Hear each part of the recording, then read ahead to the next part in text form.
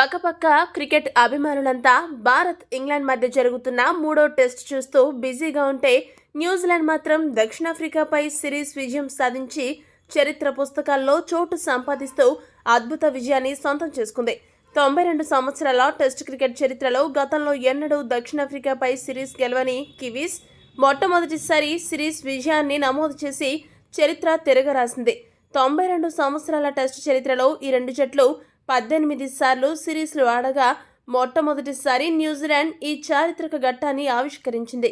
దక్షిణాఫ్రికా న్యూజిలాండ్ జట్ల మధ్య జరుగుతున్న 2 టెస్టుల సిరీస్లో న్యూజిలాండ్ జట్టు 2 మ్యాచ్ల్లో కూడా గెలిచి సిరీస్ను క్లీన్ స్వీప్ చేసింది.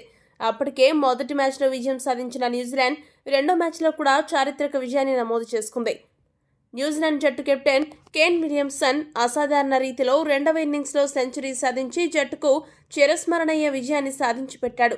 కేన్ విలియమ్సన్ గత 7 టెస్టుల్లో 7 సెంచరీలు నమోదు చేశాడు. దీన్ని బట్టి కేన్ మామ ఎంత అద్భుత ఫామ్లో ఉన్నాడో అర్థం చేసుకోవచ్చు.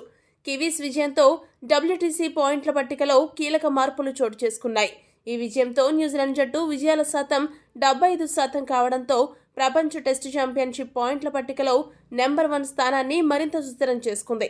ఇక ఆస్ట్రేలియా జట్టు 55% విజయాలతో రెండో స్థానంలో ఉండగా భారత జట్టు 52% విజయాలతో మూడో స్థానంలో ఉంది. న్యూజిలాండ్, ఆస్ట్రేలియా ఇదే నెలలో 2 టెస్టుల సిరీస్లు ఆడనున్నాయి. ఆ సిరీస్లలో గనుక న్యూజిలాండ్ గెలిస్తే టీమిండియాకు ఫైనల్స్ చేరడానికి మార్గం సులభమవుతుంది. అలా కాకుండా న్యూజిలాండ్పై ఆస్ట్రేలియా గెలిస్తే మాత్రం టీమిండియా ఫైనల్స్కు చేరడం కొద్దిగా క్లిష్టంగా మారే అవకాశం ఉంది. కానీ ఏది ఏమైనా టీమిండియా WTC ఫైనల్స్ ఆశలు సజీవంగా ఉండాలంటే ఇంగ్లాండ్తో మిగతా 3 టెస్టుల్లో రోహిత్ సేన విజయం సాధించాల్సిన అవసరం ఉంది. ఏ ఒక్క టెస్ట్ ఓడినా కూడా ఇండియాకు మార్గం కష్టతరమవుతుంది. ఈ వీడియో కనుక మీకు నచ్చినట్టయితే లైక్, షేర్, కామెంట్ చేయండి. మరిన్ని స్పోర్ట్స్ అప్డేట్స్ కోసం మా ఛానల్ సబ్స్క్రైబ్ చేసుకోండి.